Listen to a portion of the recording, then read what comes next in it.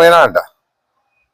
ఒకవేళ వైఎస్ఆర్సీపీ వాళ్ళు కూడా పోవచ్చు, ఎందుకంటే వాళ్ళకి అనుకూలంగా ఏదైనా మాట్లాడలేకపోతే. ఇప్పుడు మామూలుగా అధికారులు ఏం చేస్తూ ఉంటారంటే హాలిడేస్ లో కూడా ఆఫీస్కి పోతా ఉంటారు, టైం పాస్ కోసం ఇంట్లో ఉండలేక బయటికి పోతా ఉంటారు. ఆ పరిస్థితుల్లో ఏమైనా పోయినారేమో తెలీదు.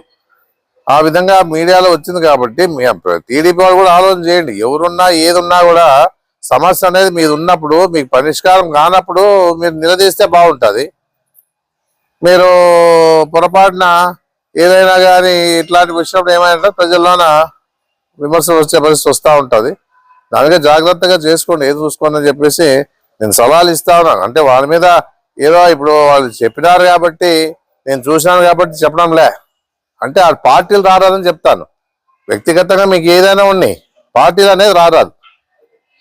వాళ్ళు వచ్చినారే వీళ్ళు వచ్చినారని చెప్పేసి ఏదో జరుగుతుందేమో అని చెప్పేసి అనుమానం వీళ్ళకి. అలాంటివన్నీ జరిగే పరిస్థితి ఏమి ఉండదని కూడా నేను గట్టిగా చెప్తాను. అలాంటి పరిస్థితి మా వాళ్ళు ఇప్పుడు అంత ధైర్యం కూడా చేయలేరు, అధికారులు కూడా చేయరు. మా వాళ్ళు చేయాలంటే పనులు చేయరు. కరెక్ట్ గా రికార్డెడ్ గా ఉంటే తప్పనిసరిలో చేయాల్సి వస్తుంది కాబట్టి చేస్తారే కానీ ఏ రకంగా కూడా వాళ్ళు అధికారులు చేసే పరిస్థితిలో లేరని చెప్పేసి కూడా నేను చెప్పడం జరుగుతూ ఉంది. ఎందుకంటే అధికారులు పని చేయించాలి, వాళ్ళతోన పని చేయించుకోండి, పని చేయించాలి మనం కూడా. ఎందుకంటే ప్రజలు ఇబ్బంది పడాలని చెప్పేసి ఉద్దేశంతోనే నేను చెప్పడం జరుగుతూ ఉంది. ఏదన్నా కూడా ఈ విషయాలన్నీ కూడా బయటికి పోరాదు. మీరు ఏదైనా పర్సనల్గా మాట్లాడారు, మీరు ఏం చేస్తా ఉన్నా అంటే మీడియాలో పెడతా ఉన్నారు. అంటే మీరేదో వాళ్ళు నిలదీసి వాళ్ళని ఏదో అడిగినట్లుగా ప్రజలు చూస్తూ ఉంటే వాళ్ళు ఇబ్బంది ప్రజలు కూడా ఏమి ఎందుకు పోరాదు, ఆఫీసుకు పోరా అని చెప్పేసి ఆలోచన కూడా చేయొచ్చు కదా. అందుకే ఏదున్నా కూడా మీరు ఏదైనా ఉన్నా పర్సనల్ పోయి ఆయనతో మాట్లాడుకోండి, దాన్ని వీడియోలో పెట్టొద్దండి. మీకే గౌరవం తగ్గుతా అని చెప్పేసి నేను చెప్పడం జరుగుతూ ఉంది. మీరు అడిగే దాంట్లో తప్పులే. అక్కడ ఎందుకు నేను చెప్తాను నీ విషయం మీడియా ముందు వస్తానంటే అక్కడ వైఎస్ఆర్సీపీకి సంబంధించిన వాళ్ళు పోయినారనేసి, అదే భాష అని టీడీపీ ఆయన పోయినాడని చెప్పేసి అనే ఆలోచన మీ వాళ్ళని ఏమన్నా అనుకోవచ్చు, టీడీపీ వాళ్ళని ఏమనుకుంటే మాకేం ప్రాబ్లం లే. మా వాళ్ళు పోయిన దానికి ఏదో జరుగుతుందేమో అని చెప్పేసి ఆలోచన మీకు ఉండొచ్చేమో తెలియదు, కానీ ఆ విధంగా వచ్చింది కాదుకే నేను కూడా మీడియాకి వస్తా ఉన్నాను కూడా నేను చెప్తా ఉన్నాను. ఇదే విమర్శలు అనుకోవద్దండి, మీ మంచిగా చెప్తా ఉన్నాను. ఏదన్నా మీ అధికారులని మీ ఇష్టం అనుకునే పరిస్థితి కాదు. అందరికీ అధికారులు అంటే అందరికీ అధికారులే వాళ్ళు, ఒక పార్టీకి అనేది కాదు కదా.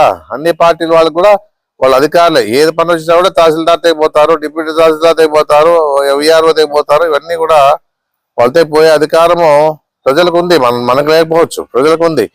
ఏదైనా మనం ఎంతవరకు చెప్పగలుగుతామో వాళ్ళ సమస్యలు ఉన్నప్పుడు మన దృష్టికి వచ్చినప్పుడు ఇది కరెక్ట్ గా ఉందా లేదా అని చూడమని చెప్పేసి దానికి వాళ్ళకి మేము కూడా విఆర్ఓకి చెప్తాం.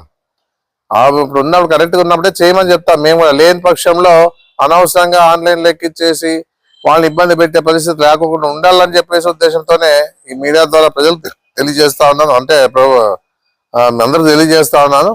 ఏదున్నా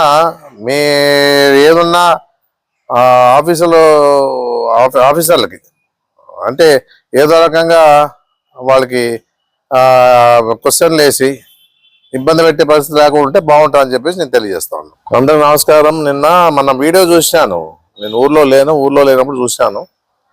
తహసీల్దార్ ఆఫీస్కి పోయింటే సెలవు దినాలు ఎవరో పోయినారంట.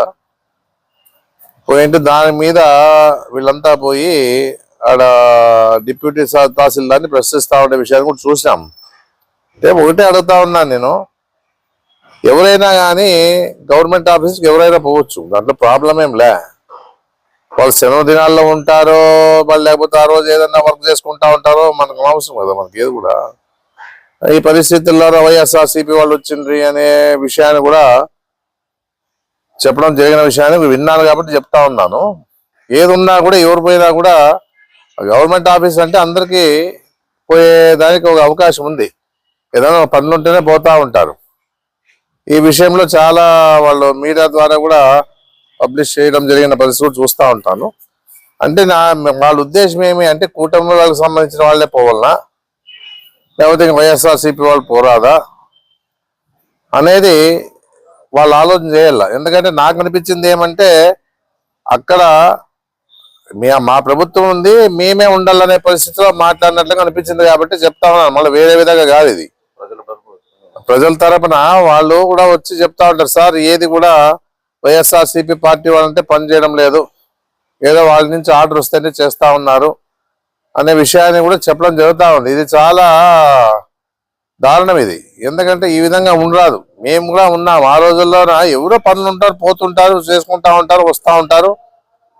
ఏదో ఆఫీసుల్లో వాళ్ళు తహసీల్దార్ ఉంటారు, మిగతా ఉద్యోగస్తులు ఉంటారు. వాళ్ళు ఏదైనా ఉన్నా కూడా సమస్యలు తెలుసుకొని పనిచేసే పరిస్థితిలో ఉంటారు. ఎందుకంటే వాళ్ళు చాలా ప్రజా సమస్యల మీద సోమవారం పెడతా ఉన్నారు కదా.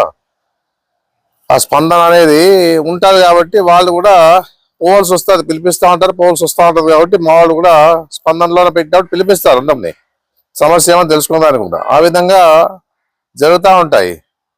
ఏదో ఈయన సెలవు దినాల్లో ఉన్నారని చెప్పేసి డిప్యూటీ తహసీల్దార్ ఆయన బాబు గారు అక్కడ ఉన్నారని చెప్పేసి వాళ్ళు ఏదో నిలదీస్తా ఉన్నారు. అంటే ఆ రోజు హాలిడే, పని వాళ్ళు ఏదో పనులు వర్క్లు ఉంటే చేసుకుంటుండొచ్చు, మనకు తెలీదు. మా వాళ్ళు అక్కడికి పోయినారని చెప్పేసి, ఆ టీడీపీ వాడు కూడా ఎవరో పోయినారని చెప్పేసి, ఎవరో ఆయన భాష ఆయన పోయినారని చెప్పేసి, ఎవరైనా పోవచ్చు, టీడీపీ వాళ్ళు పోవచ్చు, వైఎస్ఆర్సీపీ వాళ్ళు పోవచ్చు, కమ్యూనిస్ట్ వాళ్ళు పోవచ్చు, మీ అన్ని పార్టీ వాళ్ళు పోవచ్చు, దానికి సమస్య ఏం లే. అంటే క్వశ్చన్ వేసే మనకి అథారిటీ లేదు కదా.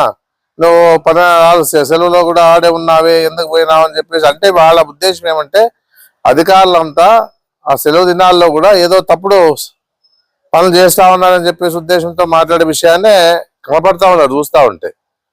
ఇప్పుడు అంత ధైర్యంగా ఎవరు కూడా పనిచేసే పరిస్థితిలో లేరు. ఏదున్నా ఇప్పుడు అన్ని విషయాలు కూడా ఇమ్మీడియట్ గా బయటకు వస్తా ఉన్నాయి అనేది కూడా మనం చూస్తూ ఉన్నాం.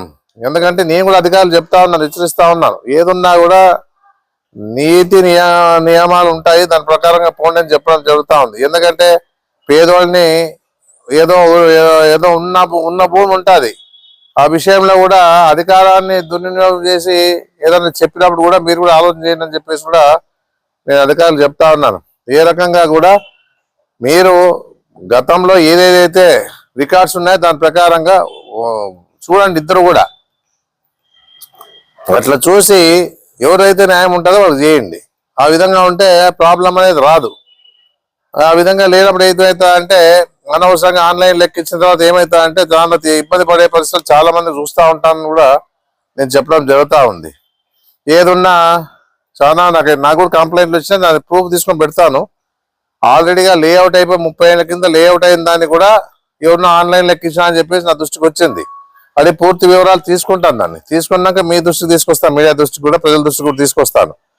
ఆల్రెడీగా 30-40 ఏళ్ళ కింద వేసిన లేఅవుట్ని, నాన్ లేఅవుట్ కూడా లేఅవుట్నే మళ్ళా రిజిస్ట్రేషన్ అమ్మిన వాళ్ళే మళ్ళీ రిజిస్ట్రేషన్ ఆన్లైన్ లెక్కించా అని చెప్పేసి ఒక న్యూస్ నాకు వచ్చింది. కాబట్టి దాన్ని కూడా త్వరలోనే డీటెయిల్స్ తీసుకొని అక్కడే నిలదీయాల్సి వస్తా అని చెప్పేసి కూడా నేను చెప్పడం జరుగుతూ ఉంది. ఏదో ఎందుకంటే గతంలో 40 ఏళ్ళ కింద ప్లాట్లు వేసింటారు లేఅవుట్లు కాబట్టి కొనింటారు చాలా మంది. అలాంటి వాళ్ళు ఇబ్బంది పడే పరిస్థితి రారారు మళ్ళా. ఆ విధంగా నా దృష్టికి వచ్చినది కూడా చెప్తాను. ఇట్లా 2-3 ఉన్నాయి. ఎందుకంటే అవన్నీ రికార్డెడ్ గా వచ్చినప్పుడే నేను మాట్లాడితే బాగుంటుందని చెప్పేసి ఉద్దేశంతో చెప్పడం జరుగుతూ ఉంది. ఈ రోజు వాళ్ళు పోయి నిలదీయని పోయినా అంట.